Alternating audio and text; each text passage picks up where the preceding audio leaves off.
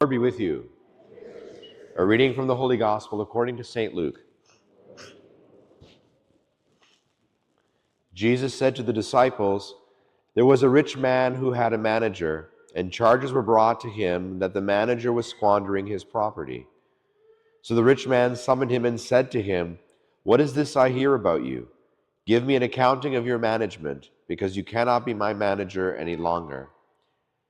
Then the manager said to himself, 'What will I do, now that my master is taking the position away from me? I am not strong enough to dig. I am ashamed to beg. I have decided what to do, so that when I am dismissed as manager, people may welcome me into their homes.' So summoning his master's debtors one by one, he asked the first, 'How much do you owe my master?' He answered him, 100 jugs of olive oil.' He said to him, 'Take your bill, sit down quickly, and make it 50. Then he asked another, 'And how much do you owe?'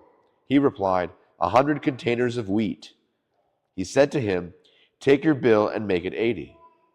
And his master commended the dishonest manager because he had acted shrewdly. For the children of this age are more shrewd in dealing with their own generation than are the children of light. And I tell you, make friends for yourselves by means of dishonest wealth, so that when it is gone, they may welcome you into the eternal homes. Whoever is faithful in a very little is faithful also in much. And whoever is dishonest in a very little is dishonest also in much. If then you have not been faithful with the dishonest wealth, who will entrust to you true riches? And if you have not been faithful with what belongs to another, who will give you what is your own? No slave can serve two masters, for a slave will either hate the one and love the other, or be devoted to the one and despise the other. You cannot serve God and wealth." The Gospel of the Lord.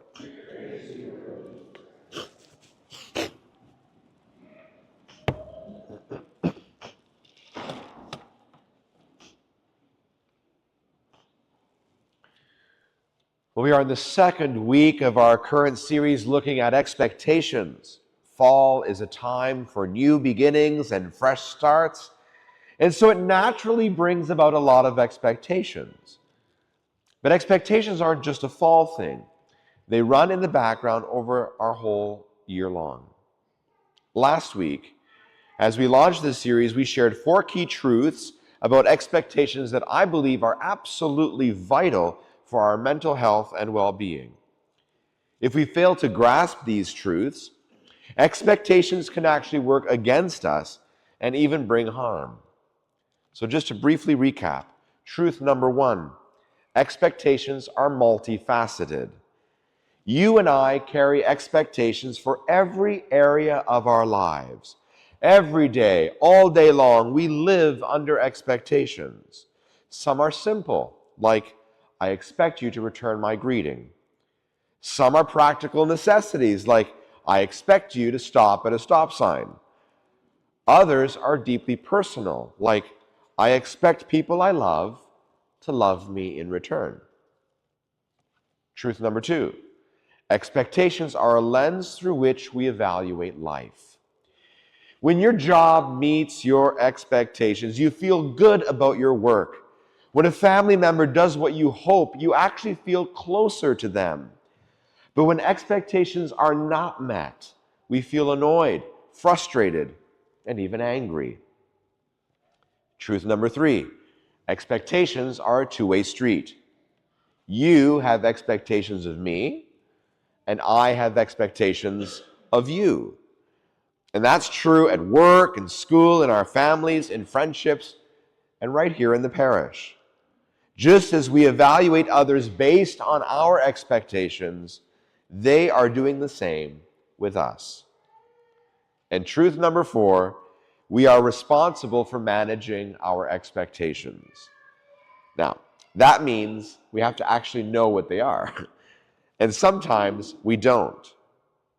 We all carry unarticulated expectations that only surface when they go unmet.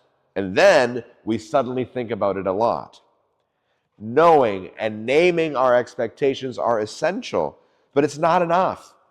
we also need to confirm that they are realistic. Which brings us to this week's multi-million-dollar question: how? How do we know the difference between realistic and unrealistic expectations? Well, let's face it.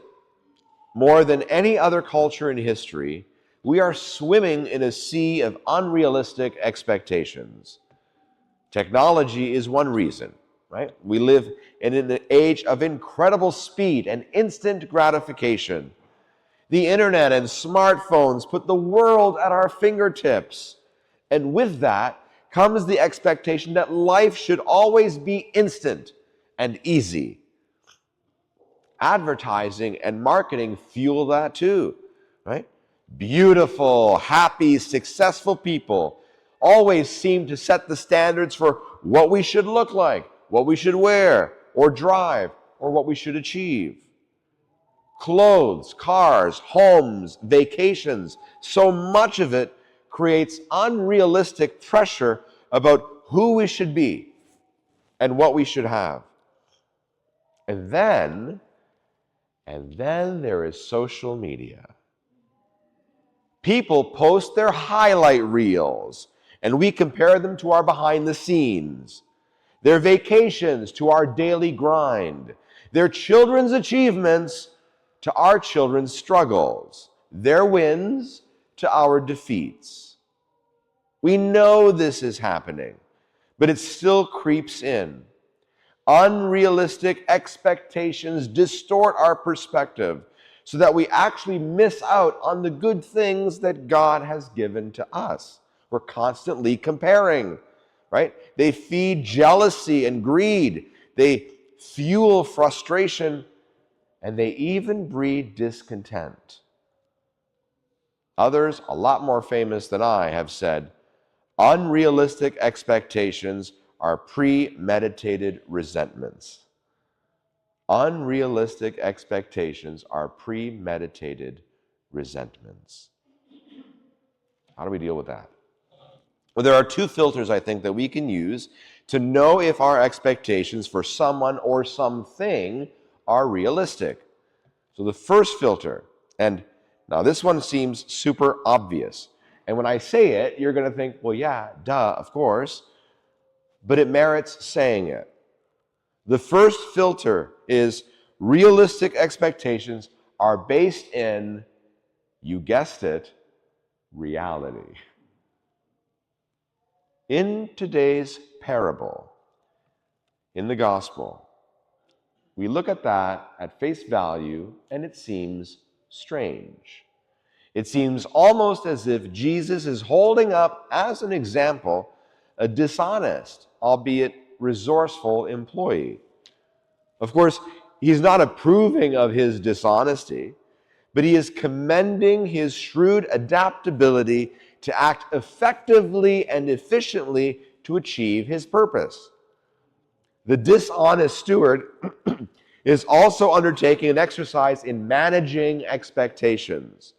He's establishing realistic expectations based on the actual facts of the situation. Jesus pins down this teaching with practical advice on this very point. In fact, it might actually be the best advice ever when it comes to realistic expectations. We read this today. Jesus says, "Whoever is faithful in a very little is faithful also in much, and whoever is dishonest in a very little is dishonest also in much." When setting expectations about someone's future behavior, the best predictor is their past behavior. If a person can be trusted in small things, well, it's reasonable to expect that they can be trustworthy in bigger things. If someone has shown themselves to be dishonest or simply unreliable, it's not reasonable to expect otherwise unless something changes. Past behavior and experiences let us know what we can realistically expect from people or companies or organizations. Now, does this mean that people can't grow? Well, of course not.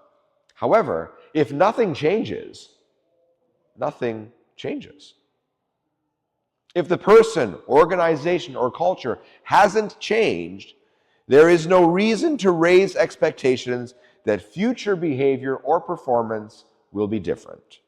Like, if your spouse is always late, then you should expect them to continue to be late, unless the two of you are suddenly going to start taking some time management classes.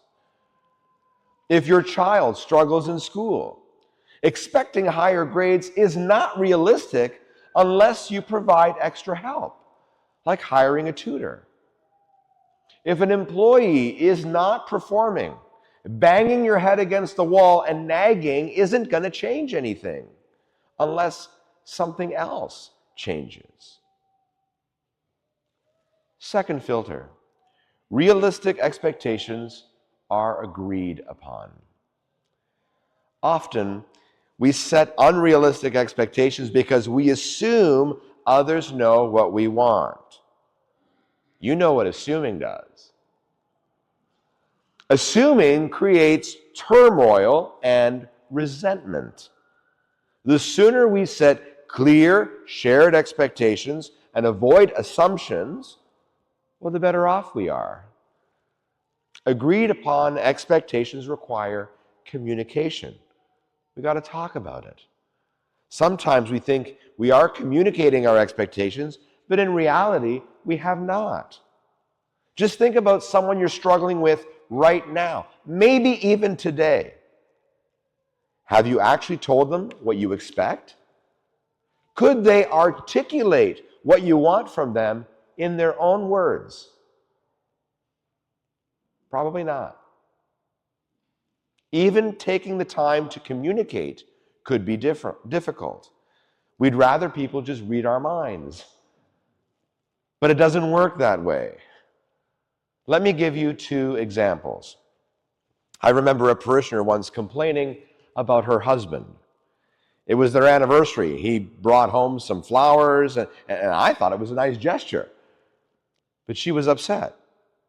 She had been expecting a nice, fancy dinner out, candles, some wine, maybe, a fun night. So I asked, well, did you tell him that? And she said, well, no, but he should have known. Now, I am no marriage expert, but here's the truth. If you don't say it, don't expect it. Right?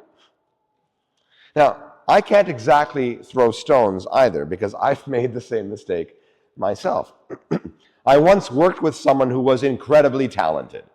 I had expectations for how I wanted him to handle things, and in my mind, those expectations were perfectly reasonable. But I never said them out loud. When those expectations went unmet, I was frustrated, and he was confused.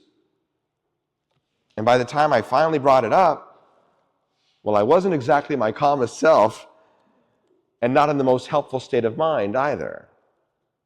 And that's on me. It's my fault. I should have communicated. We resist communicating our expectations sometimes because, well, it takes thinking through what we actually want. And sometimes, let's face it, our expectations can be cloudy. And if they're cloudy to us, well, then they're a deep, dense fog to everyone else. Right? We can also resist communicating expectations because it makes us vulnerable. Once we communicate, we reveal our heart. We reveal the things that are important to us and the things that matter to us. And when we reveal our heart, it often means someone can break it and we can get hurt. So here's a quick 3-step process to work this out. 1, clarify your expectations. Okay? Clarify them for yourself as clearly as you possibly can. Write it down if it's helpful. 2, communicate your expectations by verbalizing them in a timely and respectful way. free from emotions. Don't be condescending. Don't be sarcastic. Just communicate them respectfully. 3, confirm your expectations. After sharing those expectations, establish that the other person has actually heard what you said and understood what you meant and agrees. To help out, I put together a little tool that you can use. I'll let you know more about that after communion today. It was the famous Irish playwright George Bernard Shaw who once famously said, "The greatest difficulty in communication is the illusion that it has taken place." Communicating expectations is really about accepting people for who they are instead of who we want them to be. Accepting them for where they are instead of where we want them to be. In the end, it's actually about loving people. It's about loving them as Christ loves us. See, he loves us for who we are, where we're at right now. But he loves us far too much to just leave us there. He has the highest expectations for us. He expects us to be like him.